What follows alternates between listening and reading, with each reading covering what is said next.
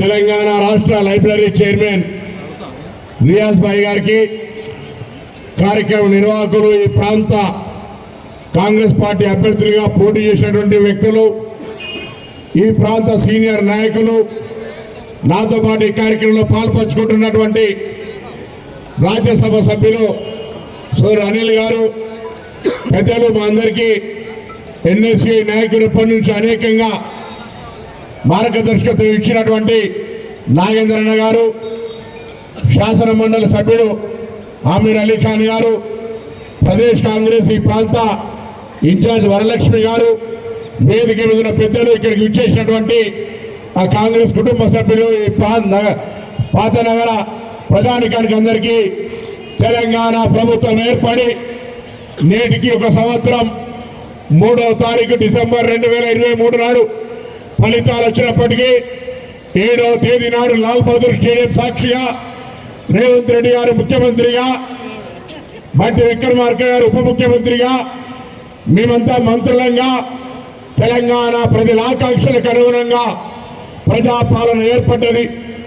ఒకవైపు లాల్ బహదూర్ స్టేడియంలో ప్రమాణం చేస్తూనే ముళ్ళ కంచెల బందీలైనటువంటి ప్రగతి భవన్ కంచెలు తెప్పి ప్రజాస్వామ్యానికి బలహీన వర్గాలకు పేరున్నటువంటి జ్యోతిబా పూలే పేరు పెట్టుకొని ఈరోజు తెలంగాణ ప్రభుత్వంలో 1 సంవత్సర పరిపాలన ముగించుకున్నాం. 1 సంవత్సరం ప్రజాపాలన విజయోత్సవాలు అయితే ఉన్నాయి. ప్రతిపక్షాలు ఇవ్వలేదు, వీడియో ప్రజెంటేషన్ చేస్తూ ప్రభుత్వ వైఫల్యాలను చూపెట్టే ప్రయత్నం చేస్తూ ఉన్నారు. స్వాగతం, ప్రతిపక్షాలుగా బాధ్యత ఉన్నది. మీరు మీ యొక్క బాధ్యతను సక్రమంగా నిర్వహించండి. తెలంగాణ అభివృద్ధికి మీ సలహా సూచనలు కూడా తీసుకుంటాం. కానీ నూతనంగా ఏర్పడ్డ ప్రభుత్వాన్ని నెలకి పిల్లి శాపనార్థాలు పెడుతూ కూలిపోతుంది, ప్రభుత్వాన్ని నిలవనీయం, ప్రభుత్వాన్ని నడవనీయం, మేము చెప్పినట్టే వినాలి, మేము చెప్తే ఏం చెప్తుంది అని ఇంకా అధికారంలో ఉన్నాం అనుకొని శాసించే రీతిలో చేస్తే అది ప్రజాస్వామ్య ప్రభుత్వంలో నడవదు. ప్రజలు ఒక సంక్షేమం కొరకు పనిచేసే ప్రభుత్వం అనే మాట మనం చేస్తూ ఉన్నాం. మీ అందరికీ తెలుసు, ప్రభుత్వం ఏర్పడిన 48 గంటల్లో తెలంగాణ అక్క చెల్లెలందరికీ ఉచితంగా బస్ సౌకర్యాన్ని కలిగేసినాం. ఇలా 116 కోట్ల మంది అక్క చెల్లెళ్ళు తెలంగాణ రాష్ట్రంలో 4,000 కోట్ల విలువ ప్రయాణాన్ని వాడుకున్నారు. 5 లక్షల నుంచి 10 లక్షల ఆరోగ్యశ్రీ.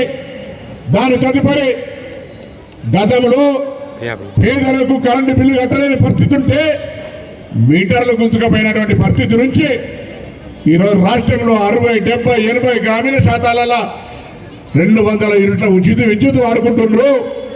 500 గ్యాస్ సిలిండర్ తీసుకుంటున్నారు. గతంలో 1 లక్ష రూపాయలు రుణమాఫీ చేయాలంటే 5 సంవత్సరాలు ఇబ్బంది పడ్డటువంటి గత ప్రభుత్వ పరిస్థితి నుంచి మాట ప్రకారంగా 2 లక్షలు రైతాంగానికి రుణమాఫీ ప్రభుత్వం ఏర్పడ్డ 8-9 నెలల్లో చేసినటువంటి ఘనత ఈ ప్రభుత్వం. ఇది మీ అందరి ఆశీర్వాదంతో మాత్రమే సాధ్యమైందనే మాట సందర్భంగా మనం చేస్తా ఉన్నా. పేద పిల్లలు, హాస్టళ్లలో ఉండే చదువుకునే పిల్లలకు వాళ్ళకు మెస్ ఛార్జీలు, కాస్మెటిక్ ఛార్జీలు పెంచినాం. దాంతో పాటుగా విద్య అన్నిటికీ అభివృద్ధికి మూలం అనే ఆలోచనతోటి అమ్మ ఆదర్శ పాఠశాలల కింద 25,000 స్కూళ్ళల్లో 1,100 కోట్ల రూపాయలు కేటాయించి మౌలిక సదుపాయాలు కల్పించడం, టీచర్ల రిక్రూట్మెంట్ చేసినాం, టీచర్ల ప్రమోషన్లు ఇచ్చినాం, టీచర్ల బదిలీలు చేసినాం, వాళ్ళతో మంచి విద్యా బోధన అందించే ప్రయత్నం చేస్తూ ఉన్నాం. దాంతో పాటుగా ఇలా ఈ రాష్ట్రంలో తెలంగాణ పోరాటానికి కారణమైనటువంటి నీళ్లు, నిధులు, నియామకాలు తెలంగాణ ప్రభుత్వం ఏర్పడ్డ మొదటి సంవత్సరంలో నా అన్న తమ్ముళ్ళైన నిరుద్యోగులకు 55,143 ఉద్యోగాలు ఇచ్చి ఇలా తెలంగాణ ప్రభుత్వం ఆదర్శంగా ఉందని మరొక సందర్భంగా మనం చేస్తా ఉన్నాం. సంవత్సర కాలంగా ఆర్థికపరమైన ఇబ్బందులు, అప్పుల మయంతో ఈ రాష్ట్రాన్ని ప్రభుత్వ ఉద్యోగులకు 1వ తారీఖు జీతం ఇచ్చే కాడి నుంచి పెట్టుకుంటే అనేక కార్యక్రమాలు చేస్తా ఉన్నాం. ఇలా ఈ హైదరాబాద్ నగరానికే కాదు, యావత్ తెలంగాణకు ప్రతీకైన చార్మినార్ వేదికగా, మత సామరస్యానికి ప్రతీకైనటువంటి మక్కా మసీద్, భాగ్యలక్ష్మి టెంపుల్ సాక్షిగా హైదరాబాద్ అంతా బ్రాండ్ ఇమేజ్ కాపాడాలని, హైదరాబాద్ ప్రజలు సుఖ సంతోషాలతో ఉండాలని, హైదరాబాద్ నగర ప్రజలకు సంబంధించి మొన్ననే హెచ్ఎండిఏ జిహెచ్ఎంసి తదితర శాఖలకు సంబంధించి దాదాపు 7,000 కోట్ల రూపాయల యొక్క పథకాలను ప్రారంభించుకున్నాం, శంకుస్థాపనలు చేసుకున్నాం. రాబోయే కాలంలో హైదరాబాద్ ప్రజలకు అనేక రకమైనటువంటి కార్యక్రమాలు తీసుకొని ప్రజా సమస్యలు పరిష్కరించే ఆలోచనతో పోతున్నటువంటి ప్రభుత్వం.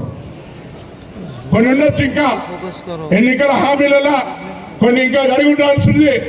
కానీ మమ్మల్ని అడుగుతున్నటువంటి భారతీయ జనతా పార్టీ ఇలా నడ్డా గారు వస్తా ఉన్నారట, సరూర్ నగర్ మీటింగ్ పెడతా ఉన్నారట.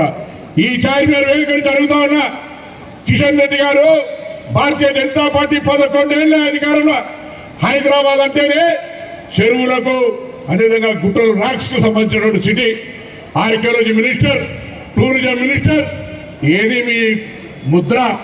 హైదరాబాద్ నగరానికి ఏం చేశారో జవాబు అదే సరూర్ నగర్ మీటింగ్ లో చెప్పమని డిమాండ్ చేస్తా ఉన్నా. 10 సంవత్సరాలు తెలంగాణకి ఏమి ఇవ్వక గత ప్రభుత్వం అడగలేదని నెపం మీద దాటేసుకున్నారు కావచ్చు. ఇవాళ రేవంత్ రెడ్డి గారి నాయకత్వంలోనే ఈ ప్రభుత్వం కేంద్రాన్ని అన్ని రకాలుగా తెలంగాణ అభివృద్ధికి సహకరించమని అడిగితే కూడా బడ్జెట్ లో నిధులు కేటాయించకుండా, మొన్న వరదలు వస్తే వరదల రూపాయలు కూడా ఇవ్వకుండా ఇలా వివక్ష చూపెడుతుర్రే. మీకు ఏం హక్కు ఉంది తెలంగాణ మీద? తెలంగాణ ప్రజలకు ఏమైనా చేసి మేము చేసినామని చూపెట్టండి. హైదరాబాద్ అభివృద్ధికి నిధులు ఇవ్వరు, తెలంగాణ రాష్ట్ర ప్రయోజనాలకు ఏం ఆకాంక్ష నెరవేర్చారు? ఇవాళ మీరు ఇక్కడ మీటింగ్ పెట్టి ఏం చెప్తారని అడుగుతా ఉన్నాం. మీరు బీఆర్ఎస్ వేరు కాదు, మీరు తానా అంటే వాళ్ళు తందానా, వాళ్ళు తానా అంటే మీరు తందానా తప్ప ఇలా ఇద్దరు ఒక్కటే మూసల ఈ ప్రభుత్వాన్ని ఇబ్బంది పెట్టే ప్రయత్నం చేస్తున్న మాట వాస్తవం కదా అని అడుగుతాను. అందుకే ఇలా తెలంగాణ ప్రభుత్వం జరిగినటువంటి కార్యక్రమాలన్నీ ప్రజాపాలన పేరు మీద గల్లీ గల్లీ నుంచి విజయోత్సవాల పేరు మీద ఈ కార్యక్రమాలు జరుగుతూ ఉన్నాయి. ఈ రోజు చార్మినార్ దగ్గర గ్రంథాలయ సంస్థ చైర్మన్, ఇక్కడ స్థానిక నాయకత్వం అంతా కలిసి ఈ కార్యక్రమం నిర్వహించినారు. మీ అందరికీ అభినందనలు. మీ ఆశీర్వచనంతో మీ అందరి ఆకాంక్షలకు అనుగుణంగా అన్నిటికంటే ముఖ్యమైనటువంటి ప్రజాస్వామిక గౌరవం, నియంత్రణతో నుంచి ప్రజా స్వేచ్ఛ అందించినటువంటి ప్రభుత్వాన్ని నిన్ను మనసుతో ఆశీర్వదించాల్సిందిగా భవిష్యత్తు 4 ఏళ్లు ప్రజల యొక్క సమస్యలన్నీ పరిష్కారమయ్యే విధంగా ప్రజా సమస్యల పరిష్కారానికి ఈ ప్రభుత్వం మారుపేరుగా